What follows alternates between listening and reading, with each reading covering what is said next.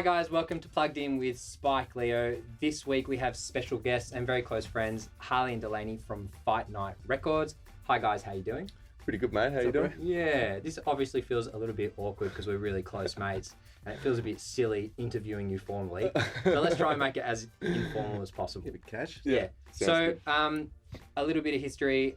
Harles and Del went to Victorian College of the Arts Secondary School. That's where we met. They were both guitarists. You were electric and bass, or you were both? I studied guitar as well in the early years and then moved to bass later on. Sure. So they play primarily guitars, but a whole bunch of other stuff. They're both in their own right great songwriters, music producers, musicians, still gigging and recording live bands at the HAFIY recording studio. Actually, the studio we're sitting in right now is their studio. So thanks guys for letting me borrowing the studio every week. It's a pleasure. Chuck it on the tab. Yeah, that's all right. So we're just going to ask a few questions. We want to get a little bit of history about your background. And the first question I want to start with is, and either one of you can answer, how long have you been making music and what first inspired you guys to start? Take it away. Well, yeah, we started when we were 9. We're identical twins, so started when we were 9. The old man bought us a guitar, which was out of the blue, and it kind of just grew from there. And since then we've been in various bands, worked on various projects together always, and yeah, we're currently more sort of studio based these days opposed to live based. Sure. But for many years we sort of smashed the live scene for about 10 years and then kind of realised that, making records was more fun and, yeah, more rewarding. Now you guys had a group called Deja Groove, which ran for many, many years. How long were you guys together for? I don't know, maybe 5 years, 6 or 7 even. something like that. Yeah, we were about 18 or something. Yeah, and that was we pretty much cut our teeth on that. That did really thing. well by memory. I remember great Yeah. tunes and. Yep, we gigged non-stop for a few years and made a ton of cash, spent way too much money on making an album, and but it was worth it. Where'd you record the album? It was overseas somewhere? No, it was at Sing Sing South with a very dear friend of ours, Andy Baldwin, who's pretty... He's based in New York now. Yeah, or New England, I think now, even, but yeah, he was just amazing to work with. Like, we hadn't met him before, but, as you work with producers and engineers, you become really close mates, Sure. or worst enemies at times as well. But he really kind of kicked us into gear and showed us what real quality actually is. You know what I mean? Where we came in first and we were just like, Which is great. these are the best songs that anyone's ever written. And then he's like, no, that song's shit. And you need to do this to it. So you just need someone who's in the writing process honest and real with you. Absolutely. Yeah. Yeah. And someone that isn't afraid to kind of go, don't want to bust your balls, but that's just not good enough. You know what I mean? It's also a person that I would assume you initially have a great deal of respect for. Otherwise, their opinion wouldn't be so valid. Yeah, well, we chose him to do the record. Sure. Because of other stuff because of his reputation. Yeah. Yeah. So we didn't know him at the start, but geez, it was a great investment. Yeah. Taught us everything. We just came in young pups.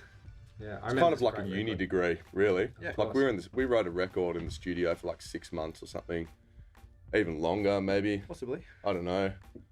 And I look at it as our kind of uni course in production, really, Sure. and songwriting. That gives me another question. There was recently a post on, I think it was a Facebook site, Melbourne Producers, and there was a lot of back and forth about becoming an intern, not getting paid, getting exploited, and so on. I saw that. Yeah. So, I mean, I found that a really interesting topic. For me, many years back, I would have jumped at the opportunity to be in a studio with someone for free. Same here.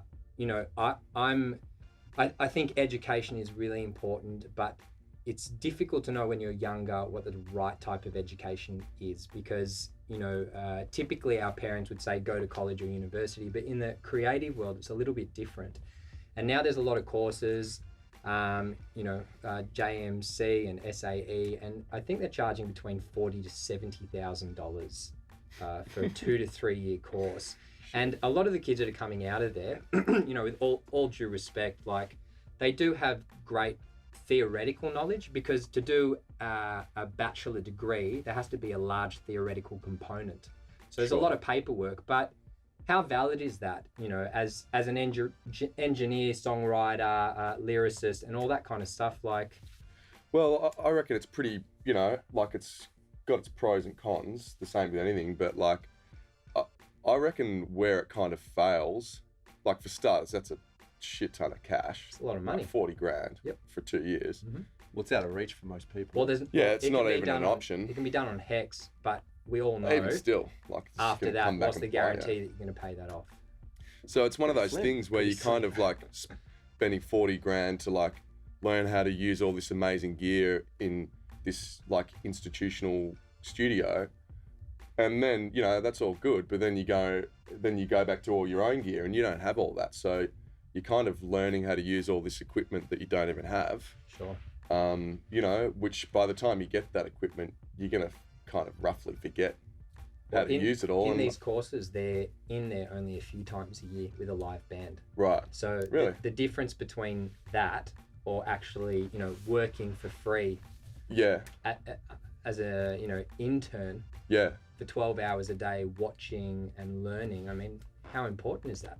It's pretty important, but like I look at production and engineering as kind of not just like, like the technical side's one thing, but you can just twist dials until shit sounds good. Sure. And I think it's more about collecting a bunch of gear that you know how to use really well, and or you're learning how to use. Yeah, that's it, and you can kind of develop a sound, and like in the end, that's what it's all about. Like there's, you can mix the same song 20 different ways, and it sounds great, but is it the same? Is it the best sound for that particular song? Sure. And or for your style, or a client's style, or a band style, or whatever, and can you make that sound original? Mm-hmm. And can you get that continuity from band to band that you work with by using the same equipment to develop a sound? Sure. You know what I mean?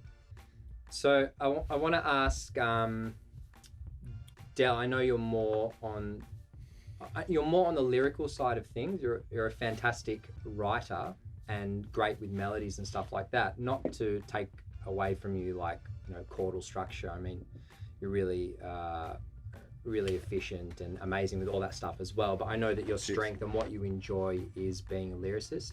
So how do you go about starting a new piece of music, and how do you know when it's finished? Well, it's finished when I say it's finished. Starters. All right. No, we have there's stages of, like, at the end of the day, we want to be, we settle on ideas together always, sure. Or sections or lines or hook lines or whatever. The way I generally, there's different ways I approach it, and it does happen organically. The two ways, I'm either going to start with music and then write lyrics on top of that music, or I'll start with a melody or a line, and then get a melody for that line, and then write the music to that melody, I guess. So they're the two sort of avenues I'll take. More often than not, it will be music first, then lyrics and melody on top, and I just get loops. We'll record like the section that I'm working on in here, mm-hmm. and then I'll set up loops, and then I'll just have in my headphones. I do a lot of walking and just write lyrics over those loops. Yeah. With my headphones on. And who are your biggest inspirations as lyricists? Well, Bob Dylan is the undisputed champ of lyrics. Sure. He's one of the originals, and he's in that whole. He's at the top of that group of writers, which are they're prolific. Mm-hmm. You got lyricists, and then you got these other guys that are in a whole league of their own. Yeah. There's not as many. These days, I think that they are hard to come by. Maybe just because it's a stylistic genre change, like in our generation, whereas it's not as folk based, or the music that's current isn't as lyric based. But people like Alex Turner from the Arctic Monkeys, he's fantastic. Yeah, he's amazing. Yeah, he's pretty much, one of the best these days, in my opinion. Now, I say he's a bit of a better singer than Bob Dylan. I don't know how much you agree, but I guess the talent with Bob Dylan is, you were saying, his lyrics and the power of being able to put emotion into the music. How important is that as a writer? Do you have to have a great voice, or can you be an excellent? Listen to Courtney Barnett, she's another great, another one. She's an amazing lyricist, but she ain't no singer. But I mean, neither was Bob Dylan. But it's these type of people that open the floodgates to go, all right, well, they actually don't sing that well, and I don't sing that well, so maybe I can do this. You know what I mean? Thoughts on Britney Spears? I love her. Always have. Fraser Montgomery from the Avery, we were talking about the other day about Hendrix. Sure. And Hendrix always hated his voice. And in fact, he wasn't even a singer to start with, and obviously, but he was talking, it was in some interview with Eddie Kramer, who's his producer, and he's like, Eddie Kramer was saying he always had this briefcase. Hendrix had this briefcase that he'd carry around all the time, and no one ever knew what was in it. And he'd take it to shows and all this sort of stuff. And when he died, Eddie Kramer found this briefcase and eventually had a look through it, and it was just filled with Bob Dylan lyrics. Wow. Yeah. That's so amazing. It's just one of those things where it's like, he was a real inspiration to Hendrix because, I reckon I'd put Bob Dylan's voice in my top 10 most distinctive voices of all time, He's definitely distinctive. He's original, and he's underrated as a singer. I agree, man. Yeah. You listen to some of those songs and he's got a fantastic voice. He hits the high notes. Yeah. And not perfectly. And same as Courtney Barnett, they both sing. Yeah. Jack White's another one. Jack White's scratchy as hell, but it's damn cool, I reckon. Yeah. I want to steer the conversation over to up and coming music producers and musicians. Do you think anyone with the passion can basically build a career from it, or are there other factors involved? Well, some people have it, and some people have to work a lot harder to get it. I look at it like, there's a million people out there doing the same thing as what you're doing, the more talented, better looking, and harder working. And if you don't live and breathe what you're doing, then, you're just going to splash around in the shallows down here with, 1 million other people. You know what I mean? So the almighty shit pile, I call it. Yeah. So you got to break out of that almighty shit pile and create, into the smaller. And would you agree it's just about repetition and discipline? I mean, were you always a great lyricist? Were you always great musicians? Were you always a great engineer?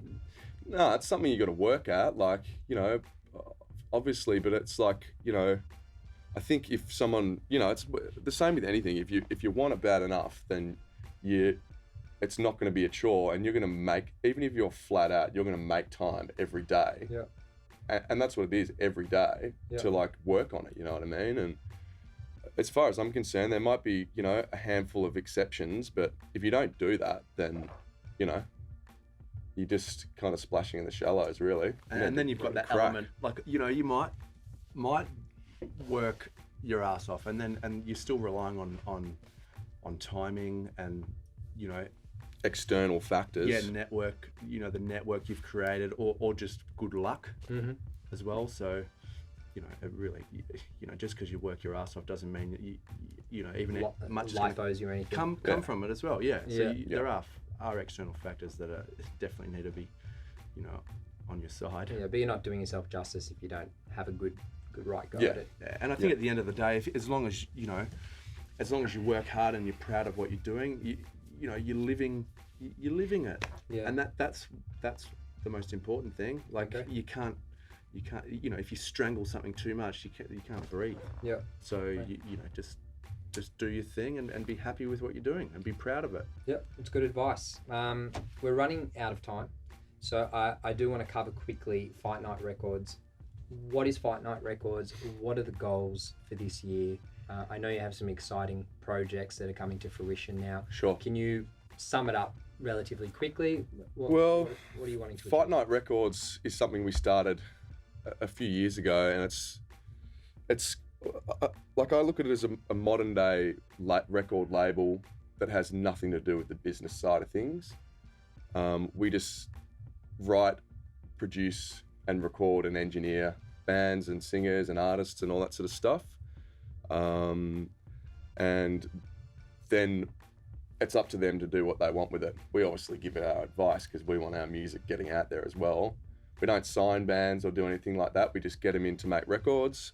We've been working with a bunch of cool bands lately where we'll be writing the record in the studio over like a few months, really affordable rates as well, which, you know, you can't do these days because it's too expensive. But we've worked out this thing where, you know, for instance, we get a singer or something who's got no band or whatever, so we come in here and we spend, you know, a couple of sessions a week for a few months and write a record, and then we go in next door and lay it down to tape, Sure.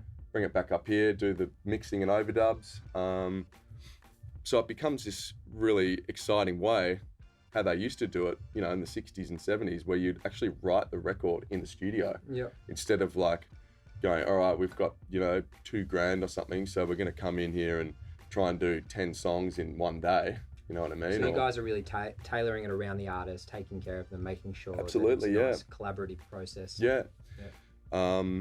So yeah, we've sort of got that on the go with bands like Louis Valentine and the Golden Age, Napier, Lookalikes. Then we've got a couple of other projects called Brad Paradise, which we're really excited about, with a couple of other brothers called Tani Walker and Soren Walker, and a couple other crew as well. Sure. And Brad Paradise, he's a producer from outside of here that comes in and a bit of a difficult fella to work with, to be honest. But he's Brilliant. He's brilliant, yeah, and he's worth tolerating. Yeah, sure. Are we gonna get to meet Brad Paradise at some stage, or? Probably not, I would say. Yeah, he's hard to get to know. Yeah, fair enough. But he's around. We're making some great music and we're really looking forward to that. We've got our first single in the pipeline at the moment, which is coming along really well. And yeah, it's going to be very cool, I think. Sounds awesome. We've got like, you know, collaborative stuff with a tanning oil company from Miami called Vacation Inc. And it's all big social media stuff. Next time I see you boys, might be a few shades darker. Well, probably not. Protect the skin, mate. Got the studio tan. Lovely. So that's all really fun. Yeah, so pretty much to break it down, we've got three kind of sections. There's those type of clients where they don't have a band, where we come in and write the stuff together and then go and track it. Then we've got bands that already have their stuff down and we do a pre-prod session or two, and then we go next door and track it or multi-track it in here. Yep. And then the other ones, which is just like mixing. So Sure. if it's already been tracked, then they want to have a particular sound and we mix it for them. So. And what's the bigger picture? Very, very quick. What's the bigger picture this year? What are we hoping to achieve? Well, I reckon like getting Brad Paradise and that project out in the open. Yep. That's the main objective for us. Like, Yep. You just get our own, our own songwriting and stuff out with this new project, and just to work with as many bands and artists as possible, just to kind of Recording and releasing, pretty much. writing, recording, releasing, And getting a solid roster of amazing bands and amazing songs, to build up the old show reel and, get some points on the board. But as far as I'm concerned, recording and releasing is the number one priority. Very nice. I want to thank you guys for coming in today Cheers. and sharing some knowledge. I think it's really important and exciting also to hear from you both, who have been doing this for as long as I can remember. Good luck with everything. Good luck with Fight Night Records and Brad Paradise. Cheers, man. Great job. That's basically it, guys. Stay tuned for Plugged In next week. We're going to have another special guest on the show. Make sure you like and subscribe this video. And if you'd like, click above. I don't know where it's going to be, but we're about to do 1 minute of questions. We'll see you next week on Plugged In with Spike Leo. See you guys.